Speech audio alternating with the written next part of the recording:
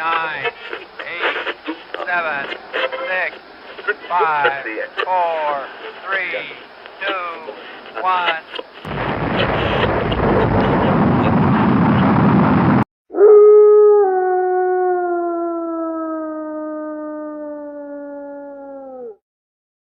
Well, hey there, you awesome bipeds, quadrupeds, and even the occasional dinosaurs. It is I, Little Wolf, and welcome to my den. Go ahead and come on in, but please wipe your paws before entering, and go ahead and take a seat by the fire. Oh, actually, wait, this time we're in the spaceship again, so we're gonna have the replicator for tea, coffee, and hot chocolate. That's right. It's been a bit since we've done a radio one. I was looking through my videos and saw it's been about 2 years since the last time I did a radio, and figured let's go ahead and try it again. The thing that made me stop before was for some reason they weren't converting together the way they're supposed to, so I kind of stopped doing them and kind of gave up on them. And I figured it's been a bit since I've posted anything because we've had to deal with our stuff with Garbonzo, and he's doing okay, but he has until next Monday, and he'll have bandages on 3 of his paws, but he's doing okay.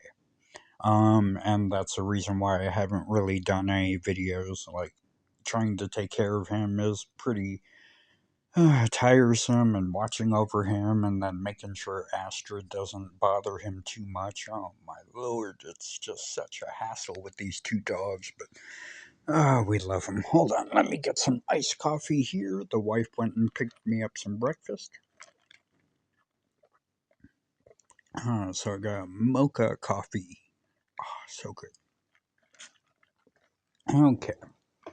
Oh, that helps a lot.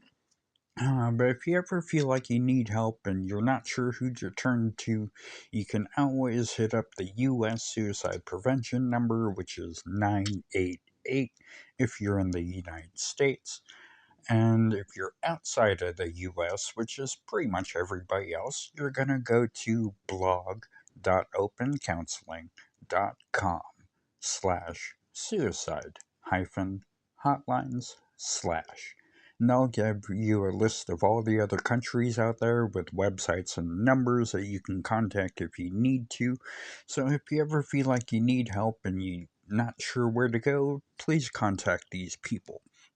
Alright, so like I said, it's been a bit since we've done any of the radio ones, and Space Patrol, since we started doing some of the shows of it, we haven't done the American one yet, but I do want to do some of those. But they did have a radio show, and of course, it's been a while since we've done it. This one is Hole in Empty Space, and it aired on the October 25th, 1952. And it says here the plot is predating the scientific discovery of black holes. This Space Patrol broadcast tells the story of a cycloplex, which consumes space material, sponsored by Roslyn Cereal Spacephones Premium. High adventure in the wild vast reaches of space, missions of daring in the name of interplanetary justice, travel into the future with Buzz Cory, Commander-in-Chief of Space Patrol. Alright, so in today's adventure is a scientific studies a strange phenomenon, an invisible force which completely destroys all matter. And I love a lot of these older shows where they do kind of test different scientific ideas, and I did listen to this one a little bit, and it's definitely going to be fun. So let's go ahead and jump into our rocket and find out what happens with a hole in empty space.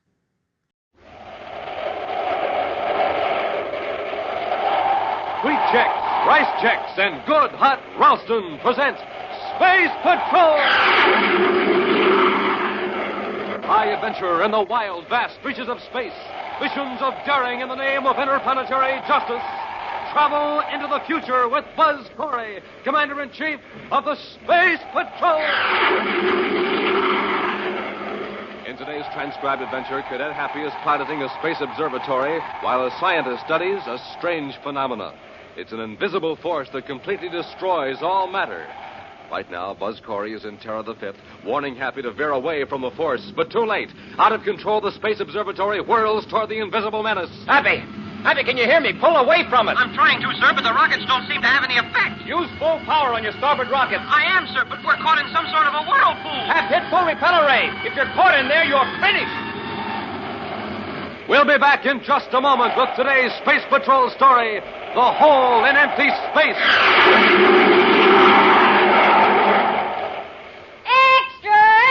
Read all about it. Buzz Cory offers an official Space Patrol spaceophone set to every boy and girl on Earth. Extra! You hear that, gang? That's right. Buzz Cory will send you a real, honest-to-goodness Space Patrol spaceophone set. Sounds just like a walkie-talkie. Looks just like the spaceophone Buzz Cory himself uses. Imagine, you can talk on it to someone a straight 50 feet away. Let me show you with this spaceophone right here. Calling Bob Raitt. Can you hear me, Bob? I'll say loud and clear. Just like talking on the walkie-talkie and the telephone, right? Right. I call it the magic phone you can carry anywhere. Yes, sir. See how the spaceophone sounds, boys and girls? Just like a telephone. Just like a walkie-talkie. And lots of fun. Yes, sir. So send for your spaceophone set today. You get 2 blue and yellow plastic spaceophones. You get 50 feet of communication cord. You get a spaceophone briefing sheet. Now, here's all you do to get the entire set. Buy a box of Instant Ralston. Then, with your name and address, send 25 cents in coin and an Instant Ralston box top to Space Patrol, Box 686, St. Louis, Missouri. This offer good only in continental U.S. and may be withdrawn at any time. That's Space Patrol, Box 686, St. Louis, Missouri. The Space Patrol, with its well-trained personnel, has a very high morale. Disciplinary action is rarely necessary. In fact, a serious infraction of important regulations is so unusual that Commander Cory himself insists on a personal accounting from the men involved. Right now, Buzz is reading a report from the Commandant of the Mercury Patrol Squadron as Happy enters the central office on Terra. Commander. Yes, Happy? Lieutenant Grayson's waiting in the outer office. Oh, thanks. Ask him to come in, please. Yes, sir. Lieutenant Grayson, Commander Cory wants to see you. I'll call you when I'm through here, Happy. Yes, sir.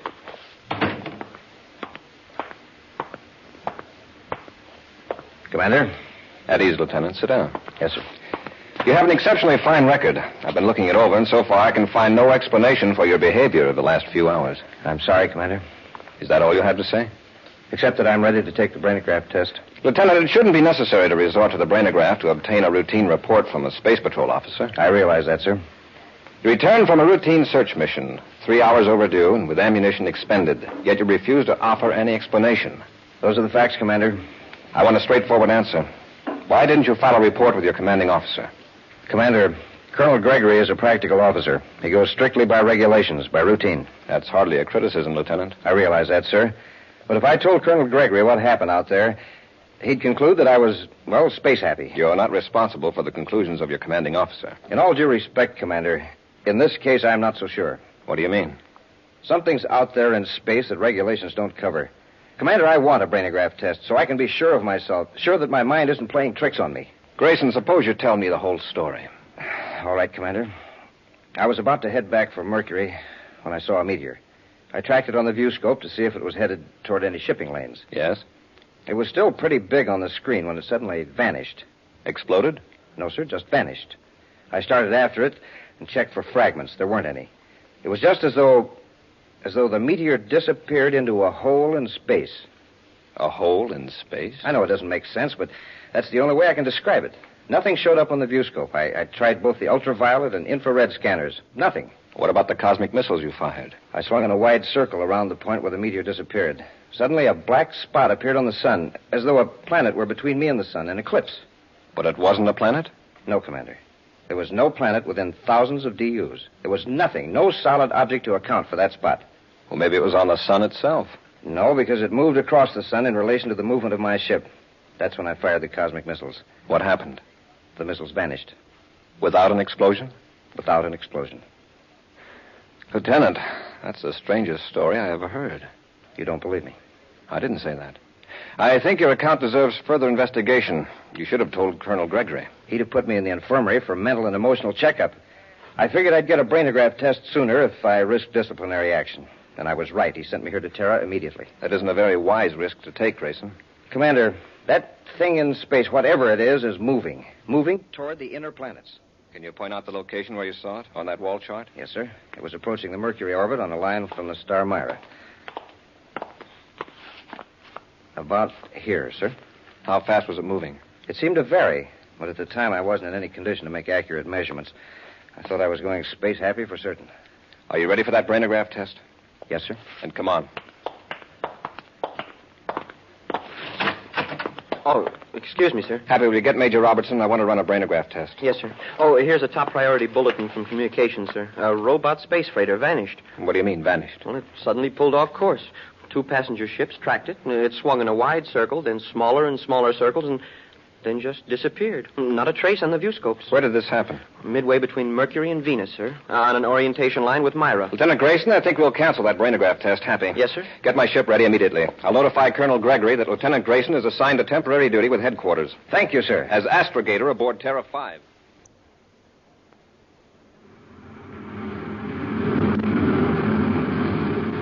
Commander, we're out beyond the point where the robot freighter vanished. Very good, Lieutenant. Happy, establish a zigzag course toward the sun. Yes, sir. We'll lace back and forth across the line between the sun and Myra. Reduce our velocity to 10,000 DUs. Right, sir.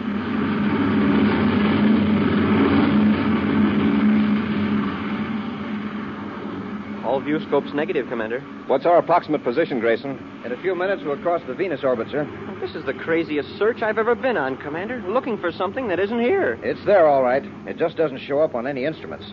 If you could have seen that meteor vanish and those missiles... Now, wait. There's something moving across the sun. A black spot. That's it. We've located it. Now, let's be certain. Check the viewscope, Happy. Yes, sir. Does anything register? Nothing except the sun itself. Reverse rockets while I turn on the spacephone, Happy. We'll hold our present position for the time being. Commander Cory and Terra 5 to Major Robertson at Space Patrol Headquarters, Terra. Commander Cory to Major Robertson. Major Robertson here. Go ahead, Commander. Robbie, we're at the Venus orbit, Sun-Myra orientation. We found what we're looking for. What is it? We don't know. It's visible only as a black spot against the sun, and it definitely is not a solid object. Well, I've contacted Professor Jelka for you, Commander. He's aboard Space Observatory number 2 off Saturn. Good. Robbie, spacephone and all planets bulletin immediately. All shipping is to avoid this sector of space until further notice. Yes, Commander. All commercial, private, and space patrol ships are to evacuate this sector immediately. Roger. Well, Professor Jelka is waiting on the 150 megacycle channel, Commander. Thanks, Robbie. Cory out. Happy switch to 150 MCs. Yes, sir. Commander Cory aboard Terra 5 calling Professor Jelka aboard Space Observatory number 2. Professor Jelka here. Go ahead, Commander. Professor, have you detected any unusual phenomenon in space the last few days in the direction of Myra? No, Commander. There's something out there, now within the orbit of Venus. It's not a solid object, but it cuts off light from the sun. Well, it's possibly a cloud of gas or tiny particles. Too sharp an outline, Professor. Besides, things like meteors, cosmic missiles, and spaceships just don't disappear permanently in a gas cloud. Did you say disappear? Vanish completely, without an explosion or a trace. Commander, I must have a chance to study this thing at once. I think I know what it is. It's got us baffled. What is it? I call it a cycloplex. A cycloplex. I wrote a paper about it 12 years ago, purely as a theoretical idea. This is no theory. It exists. This is marvelous, Commander. With your permission, I pulled the Space Observatory out of the orbit around Saturn and head for your present location. Well, good. No ordinary instruments register it. You might have some that will. Set your vector for Pluto. Where that vector crosses the orbit of Venus, you'll roughly be at our position. Thank you, Commander. I'll contact you when I'm on the vector. Good. Cory out. Well, at least there's one man in the solar system who seems to have an idea what this thing is. I hope so. But what's more important, I hope he'll know what to do about it.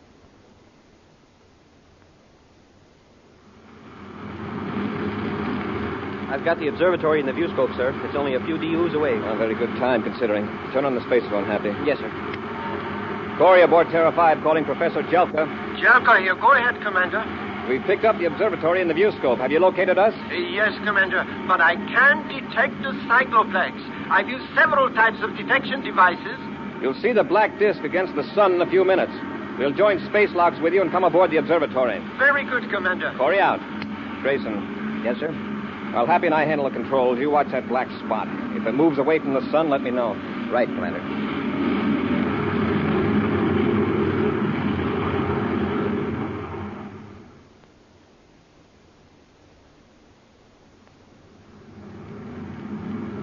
We're abreast of the observatory airlock, sir. Good. Stand by with magnetic holding fields. Standing by, sir. Cory to Jelka. Go ahead, Commander. Professor, hold your space observatory on an even vector. We're going to make contact. Yes, Commander. Apply magnetic holding field, Happy.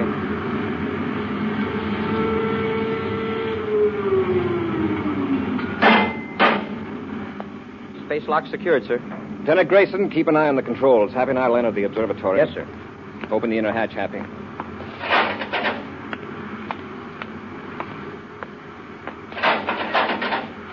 Press the release catch in the observatory hull.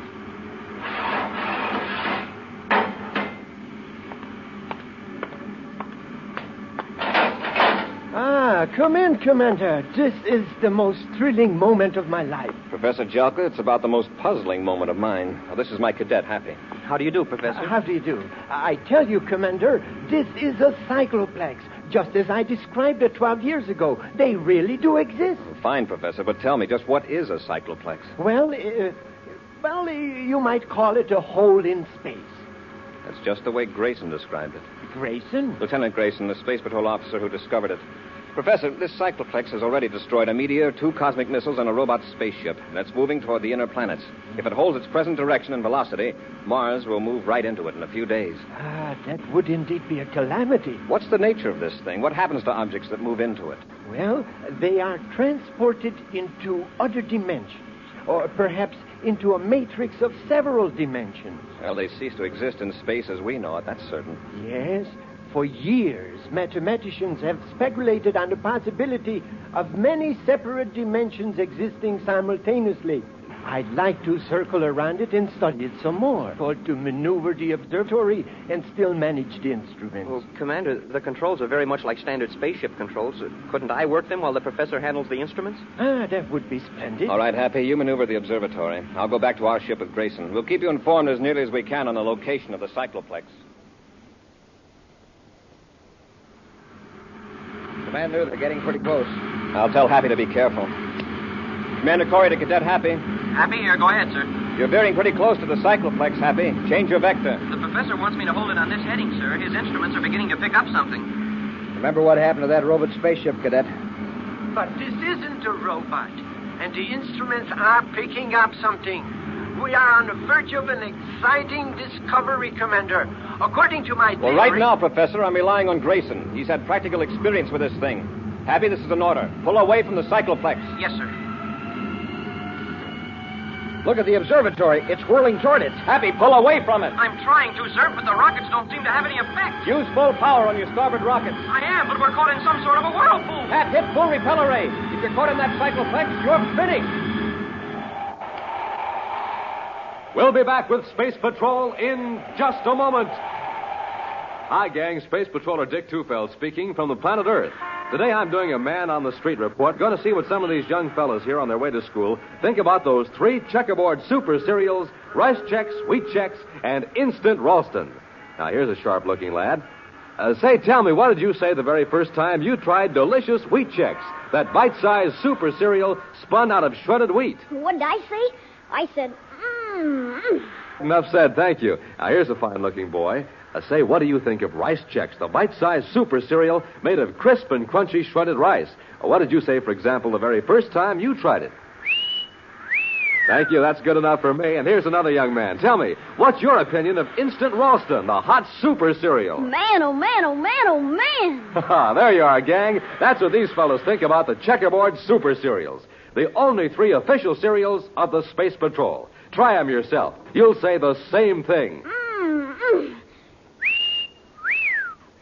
man, oh man, oh man, oh man. Get them at your grocer's today in the red and white checkerboard packages. The super cereals that help to supercharge you rice checks, wheat checks, and to warm up your motor, good hot Ralston.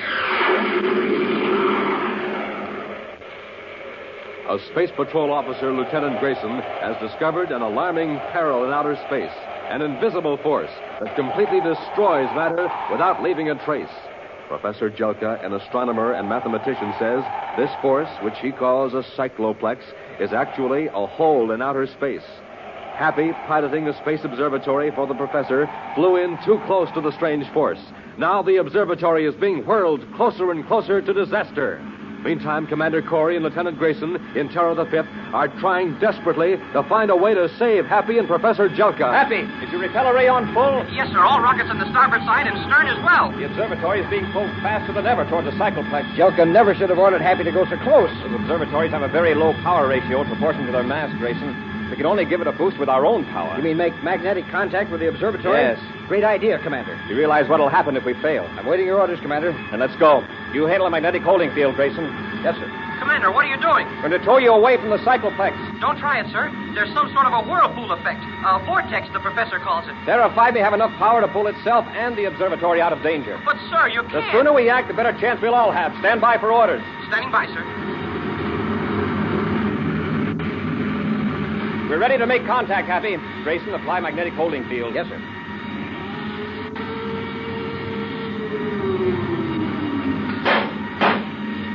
All right, Happy. Keep the observatory rockets on full power. Yes, sir. I'm going to increase our own power slowly at first. We won't try to fight the cycloplex force too strongly. We'll cut across at a tangent, understand? Yes, Commander. Here we go. Is it working, Commander? I can't tell yet. Happy, Yes, sir. as I increase the ship's power, it'll put a terrific strain on the hull of the observatory. Watch for any sign of damage. I will, Commander. There's that sound again. What is it? It's coming from the spaceophone system. Happy, do you hear it? Yes, sir. You're picking it up from the professor's instruments. He says it's caused by the cycloplex. Commander, our vector's changing. We're moving away from the cycloplex. We'll add a little more power. Happy, did the professor turn off his instruments? No, sir. Then we're free of the cycloplex pull. That's right, sir.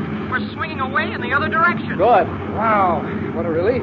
Happy, we'll proceed several DUs away from this position until we're sure we're safe before we break contact. Yes, sir. Then we'll join space locks and come aboard the observatory. Got it? Yes, Commander. I'll maintain vector till further orders. Check. Cory out.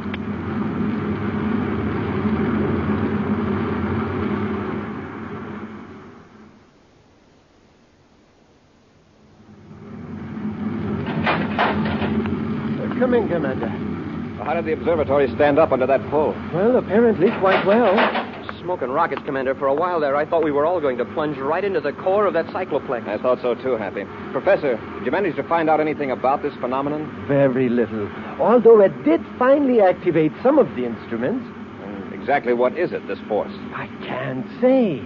Apparently, this vortex, the whirlpool effect, is some sort of an electromagnetism. And that might account for its effect on the instruments. And this whirlpool effect extends beyond the core. Yes, it draws the objects into the center if they get too close. We sure found that out. And we also know that this force is moving steadily toward Mars. They've got to get busy and do something. Well, is this cycloplex big enough to swallow a whole planet? What about that, Professor? Well, the core itself is fairly small, but with that vortex of force around it, it might easily demolish Mars. Certainly, it would make it unlivable. Well, how can we fight this cycloplex? Every force we know of has some other force that can oppose it. But this thing is from some other dimension, Commander. It's an intruder into our space-time system. You mean it isn't even from another galaxy? From another part of our space? Yes, it's completely new to us, Cadet. It's impossible to imagine dimensions beyond the three we know: length, breadth, and thickness. Professor, you mentioned that it has some sort of magnetic effect. That's right. Suppose we could produce a powerful magnetic force to oppose it. It would take more power than any planet power system could produce. And how could we transfer it here? Professor, you've heard of Huddleston's ring, haven't you? Yes. Very interesting effect. What's Huddleston's ring, sir? It makes use of an effect that occurs at temperatures close to absolute zero. Oh, like those of outer space? Exactly. Extremely low temperatures, some metals become superconductors of electricity. Superconductors? They have no resistance to the flow of current. That means if a current is started in a ring made of a superconducting material, it flows indefinitely. Even when the power's cut off? Right. And if the power is constantly applied, the current builds up. It increases more and more. Oh, I see. A scientist named Huddleston has been conducting experiments with a giant ring in outer space near Jupiter. Yes. He has a laboratory spaceship in the center of the ring. Suppose that Huddleston turns the power on full, charging that ring and the magnets around it, and keeps the power on. Would it destroy the cycloplex? Perhaps it would be dangerous. A magnetic force of incredible intensity would be built up. There is no telling. Professor, I want to send Huddleston's ring into that cycloplex. Under robot control, naturally. Well, Professor, do you think it would work? I don't know. But it's a challenging experiment. If it did, it would prove that electromagnetism is a force common to all dimensions of existence. Right now, I'm not interested in proving any theory. I want to save Mars. Happy, let's get back to Terra 5. I want to contact Huddleston. Cycloplex seems to be moving steadily toward Mars, Commander. Keep the ship moving with it, Grayson. Keep that black circle right in the center of the sun. Yes, sir. Major Robertson, Space Patrol Headquarters, Terra, calling Commander Cory aboard Terra 5. I'll take it. Happy to hand me that vector analysis, please. Here you are, sir. Cory, here, Robbie. Go ahead. We've contacted Huddleston, Commander. He's all enthused over the idea. Oh, good. How long will it take him to get the ring on the way? Or does he have to convert the controls to robots? No, a robot unit was built into the ship. Huddleston's in the ring waiting for your instructions. Well, here's the procedure, Robbie. Huddleston will pull out of the orbit around Jupiter under manual control. Check. When he's on the vector, which I give you in a minute, a Space Patrol cruiser will pick him up in space. Huddleston will handle the ring and its lab ship by remote control until we pick it up on our view scope. Got it, Commander. Then I'll take control of the ring from that point on. Okay, Robbie. Now, here's the vector I want you to relay to Huddleston. Nothing on the view scope yet, sir. Widen the scanning arc, Happy. The lab ship may be slightly off vector. Yes, sir. Commander. Yes, Grayson. Cycloplex seems to be increasing velocity. Any change in vector? No, sir. I'll check with Professor Jelka. Cory to Jelka in observatory. Jelka here. Go ahead, Commander. Lieutenant Grayson reports an increase of velocity by the cycloplex. He's right, Commander. My calculations confirm it. Is it still heading toward Mars? Yes, Commander. Is there any possibility of its changing direction? I'm afraid its motion is unpredictable. We don't know enough about it. Well, that's all, Professor. Thank you. Commander, look at the view scope. I never saw an image like that before. It isn't very clear, Happy. See if you can get rid of that blur. I'll try it, sir. No, sir. That's as clear as I can get it. I'll check with Robbie. Commander Cory to Major Robertson. Robertson here. Go ahead, Commander. We've picked something up in the view scope, but it doesn't look like Huddleston's ring and lab ship. You got a blurred blotch? Yes. Now, that's the ring, Commander. I've been tracking it from Jupiter. Huddleston says your screen's blur is a tremendous magnetic force. Right, Robbie. I'm ready to take over control of the ring. It's now 14:20 and 15 seconds, universal start time. Tell Huddleston the switchover will occur at 14:21. Cory out. The ring's approaching very fast, Commander. The robot control panel's ready, sir. Fine, Grayson. Happy you take over our controls. Yes, sir. Grayson, feed the viewscope data into the vector computer. Yes, sir. I want to get the ring headed for the target as soon as possible after switchover. It might be hard to control if that magnetic force builds up much higher. 10 seconds to switch over. Trajectory computed, Commander. Thanks, Grayson. 5 seconds. 3, 0. Now we'll find out if we've got the ring under control. Watch the viewscope, Grayson. See if the ring turns in the new vector. It's responding, Commander. Good. It's heading straight for the cycloplex now. Nothing to do but wait and hope it works.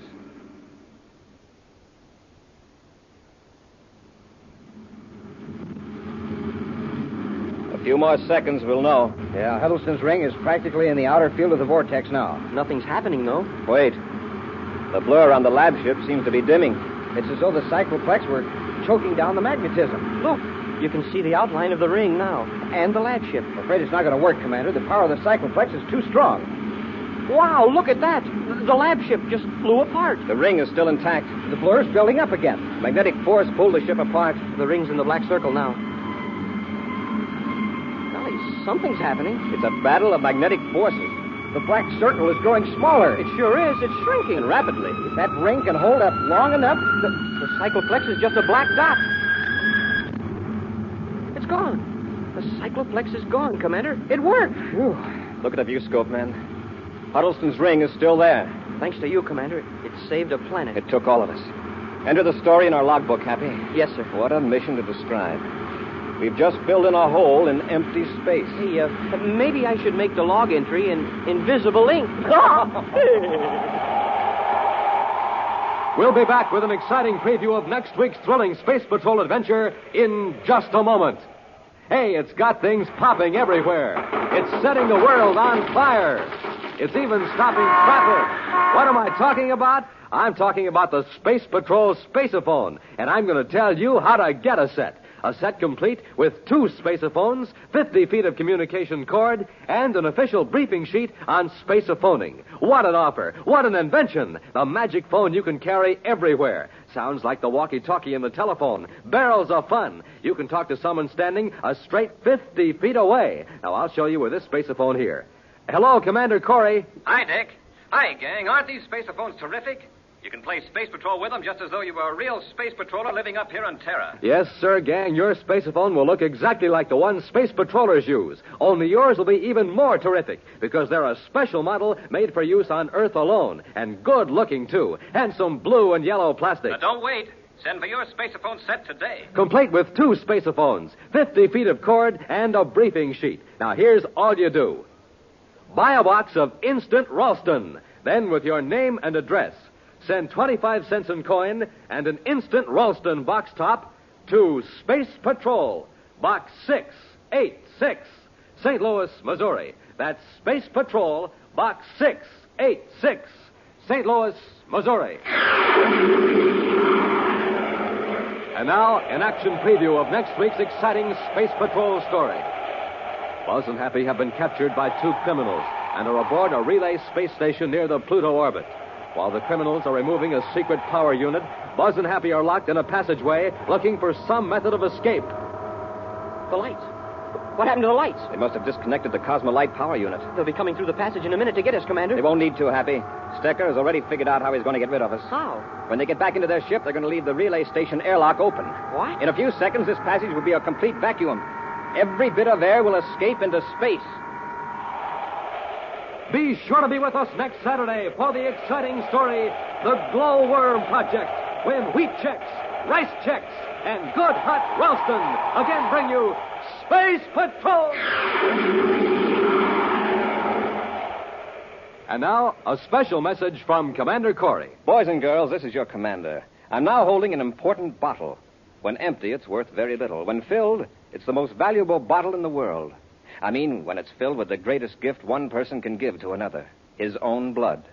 America has millions of these bottles to fill, and any grown-up can fill them. So, gang, will you help me get that message across to every grown-up in the USA? Then do this. Join the Space Patrol Blood Boosters now. Space Patrol, an original Mike Moser production starring Ed Kemmer as Commander Cory and Lynn Osborne as Cadet Happy, was written by Lou Houston, directed by Larry Robertson. Other players were Bela Kovac, Ken Mayer, Dick Beals, and Norman Jolly. Dick Tufeld speaking. Now, don't forget to tune in next Saturday and every Saturday when Wheat Checks, Rice Checks, and Good Hot Ralston again present the new exciting Space Patrol. And be sure to see another exciting Space Patrol story on your local ABC television station. Consult your... Alright, so I know that was just kind of a quick little radio episode, and I know it's been a bit since I put anything out, but I thought let's try and do a radio one since we haven't done that in a while. I have done a lot of gaming in the background, of course, more Granny. I've beaten her so many times now.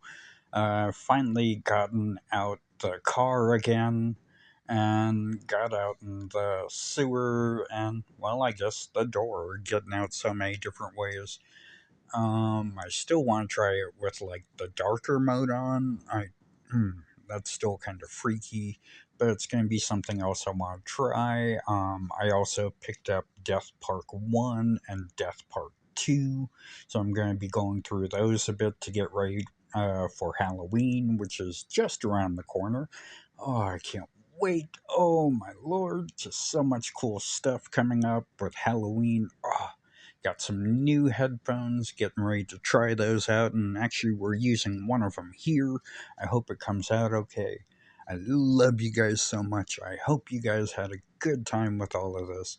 And when you guys go out, please remember, if you want to help out some more, please remember to try and mask up if you go out. It will keep you and your family safe.